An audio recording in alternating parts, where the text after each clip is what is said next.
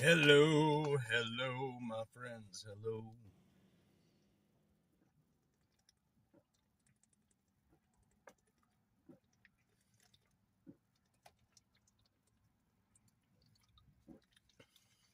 Ugh. I'm trying something a little different. Is it lagging right now?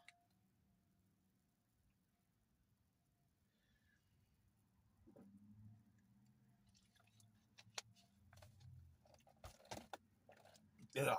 That was so gross. Let me show y'all what I was just drinking. If I can find it again. No. Well, I was just drinking Prime. No lagging. Yeah, it was probably had something to do with the Starlink. I'm not on Starlink right now. I'm just on regular cell right now. Sometimes I'll connect to the Starlink, but for this month, I'm trying to not use Starlink as much because the more I use it, the more expensive it gets. And for December, I'm trying to keep the costs like way down. You know what I mean? So I'm not using the Starlink as much. I think I might have been using. No, no, I wasn't using Starlink yesterday. Chris Clark, what's up, man? Haven't seen you in a while. What's up, brother? What's up? What's up, Miss Butterfly? What's up? Yeah, my laptop. Here is this is my laptop that I use to stream with. It's just a like a Microsoft Surface, basically, is what it is. And I would connect everything to this through a well, I don't have it here, but I connect everything through this guy. I had a microphone, all this other junk. So, and it was causing trouble. I think this was the main problem that I was having. Yeah, if you want to. Chris Clark, what's up? What's up? What's up? Let's see who else is here. James, what's up? Butter Cheek, Storm Chaser Mark, all you guys. I am wasting time right now and thought I would waste time with you guys and get some extra stream time in. YouTube loves it. The more you stream, the more content, the more bump you get in the algorithm. And I need all the help I can get with YouTube right now because they don't like me too much. They don't like me too much at all. But yeah, this is I had this like a USB adapter, and I would run it into this, and then I would run the microphone and the camera and everything into it, and run OBS, and it was causing issues. The tires fixed, but there's other issues that I didn't know I had. There's a brake caliper that's broke and a stud on my tire. I guess I must have hit something. I don't remember hitting anything, but apparently I did hit something because on the driver's side front tire, it was really messed up there. It was really messed up there. So I got a part coming. We're waiting on it. I can't drive it right now because it's squirting. Now that we've messed with it, it's squirting. What do you call that? That brake fluid. It's squirting it everywhere. So we're waiting on that to get here now. The caliper. Butter cheeks. I was just talking to your husband, actually. Meet somewhere up north. It doesn't matter where. I'm not sure. He had to pick up Joe today. Yeah, so I was just, here, this is what I was just drinking. And I'm going to tell you right now, this stuff right here is absolutely nasty. Don't drink it. It's stupid. It tastes horrible, and it's nasty. What am I tearing up now? I am not tearing up anything. I am waiting on a part because I did tear it up. I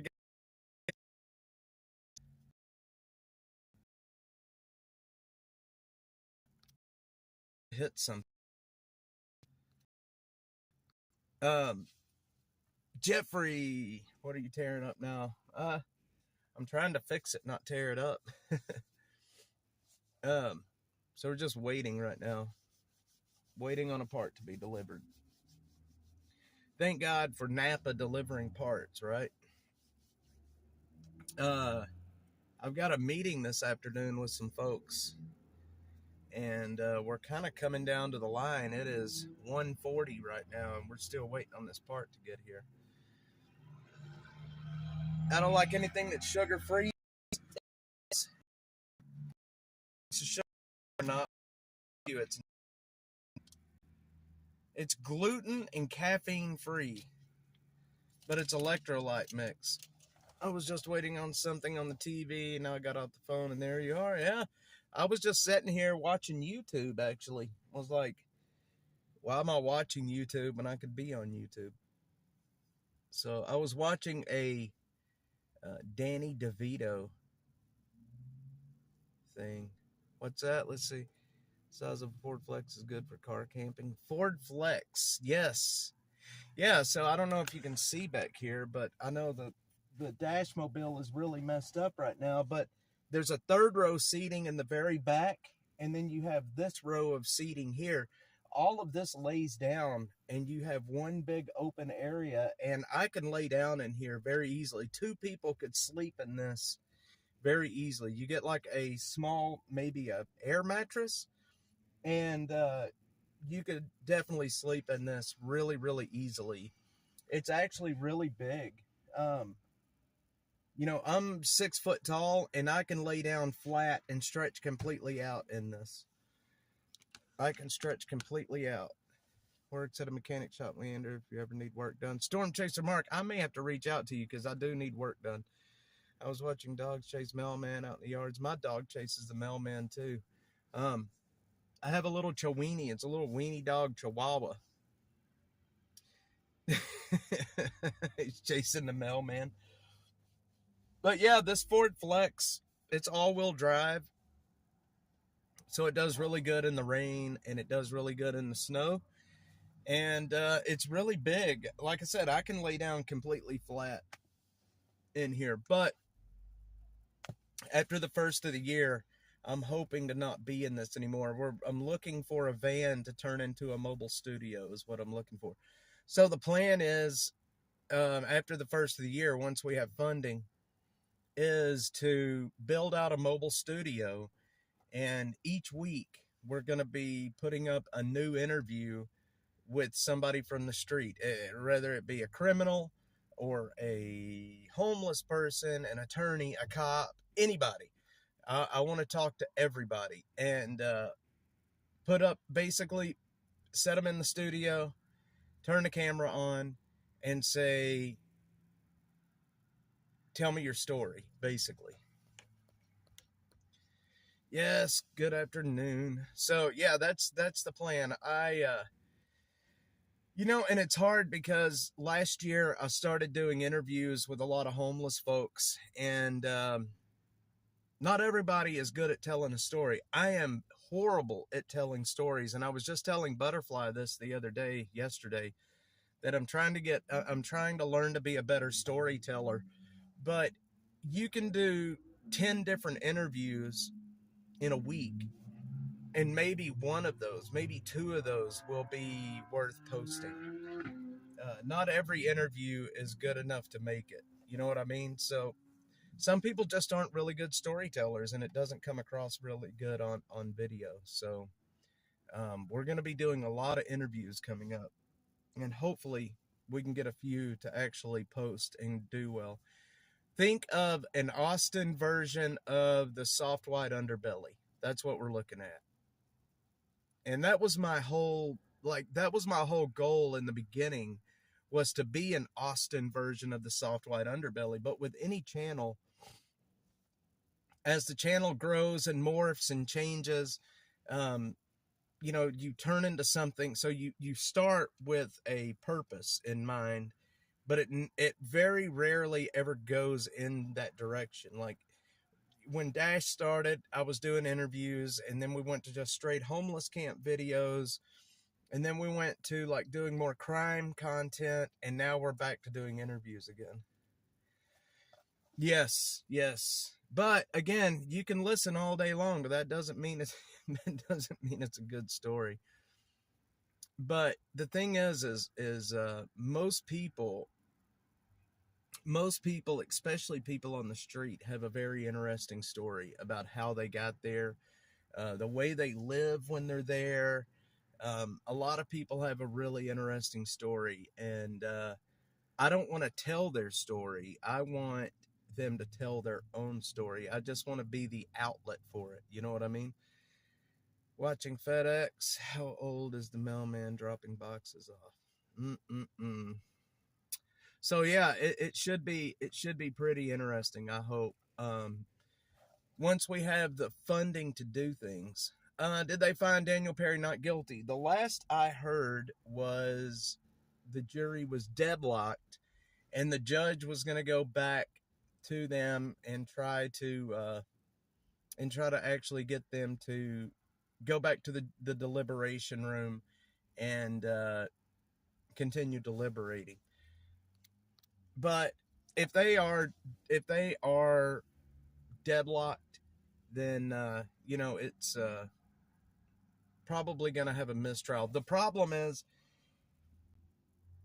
they're saying they're having trouble reaching a verdict on count one. There's other counts that he could be found guilty on, even if they find him or they're deadlocked on the first count.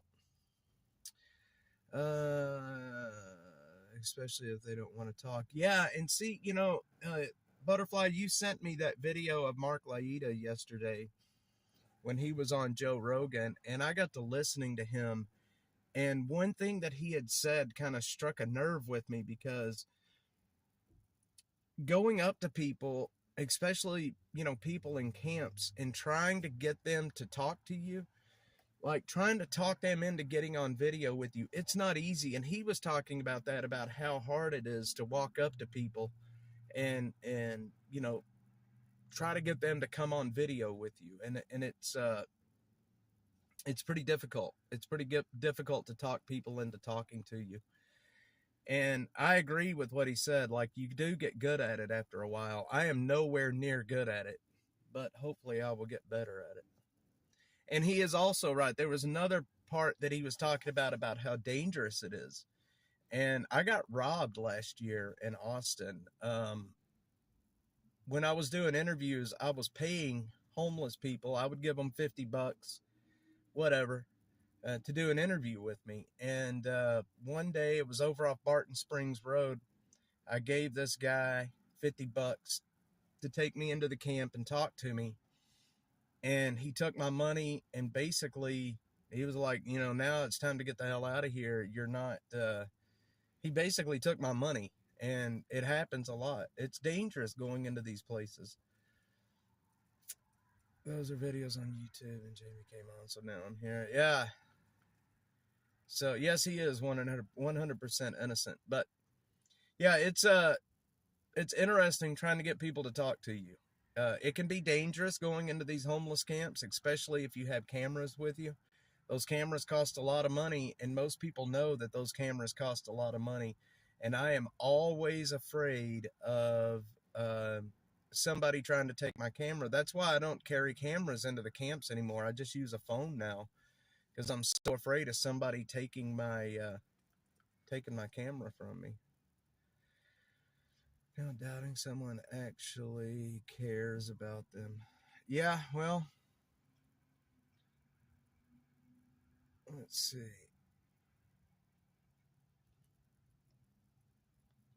Hold on, I'm trying to look at. Yeah, society. Yeah, and and that's the thing, man. They're so suspicious of people when you go up and you start talking to them, and you try to give them a jacket or a blanket or food or whatever. They look at you with the side eye. You know what I mean? That side eye look, because they're not used to people walking into the camps and trying to them. The prophets in the city, they don't do it. Hardly anybody walks into the camps and tries to help them. So when some random guy comes in and tries to hand them something and asks them, like, will you get on camera and tell me your story? It's like they're like, they give you the side eye. I am too, butter cheeks, butterfly. I'm very suspicious of people. And since I started doing this, so after the channel started growing, especially over on X, and I would get a lot of hate and a lot of threatening stuff. So whenever I'm out in town and somebody does recognize me and they'll come up and say hi, I get a little nervous about that. Wasn't long ago we were doing a live and I was down in South Austin, and a guy was watching the live and he pulled up. He pulled up next to me and was like, "Hey, are you Dash? Blah blah blah." And it's like, man, a little crazy. So I don't know. I'm glad it's warmed up today. It's still kind of chilly out here, but it's a nice day right now. It's not too cold, not too. It's just right outside. But yeah, I'm very good at reading people. I wish I was. I'm getting better at it.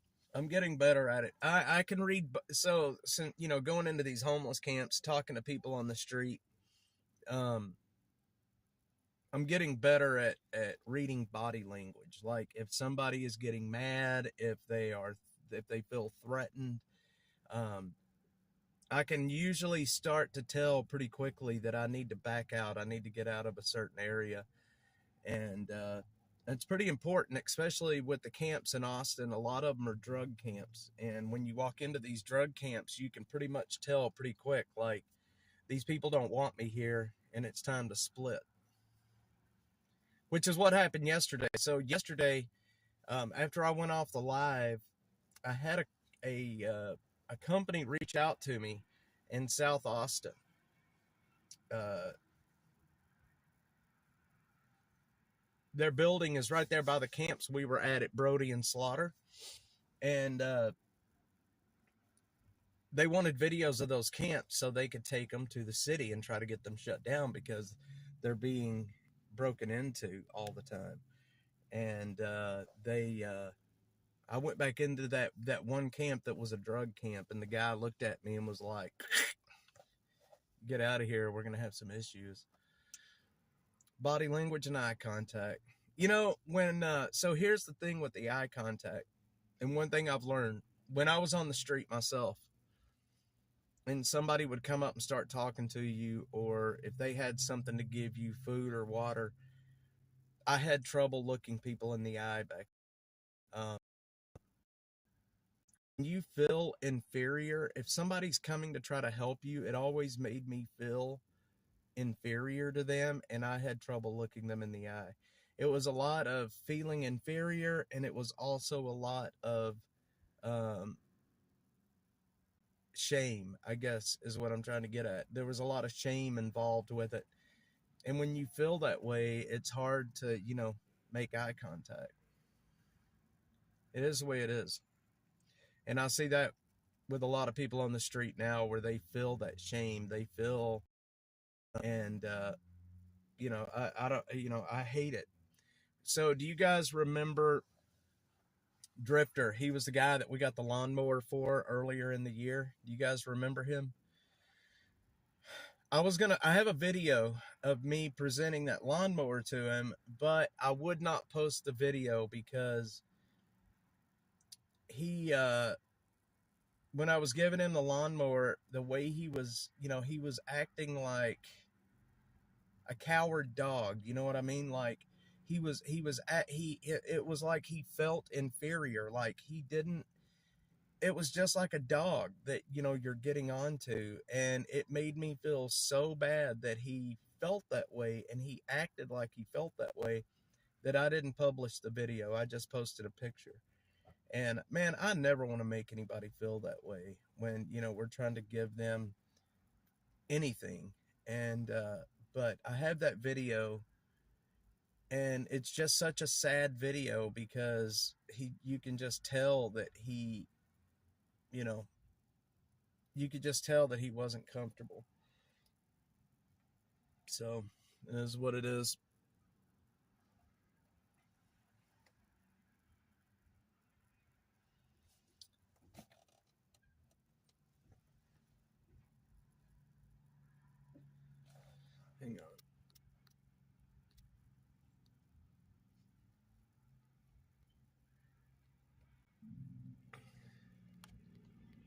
Hang on, hang on, y'all. Uh,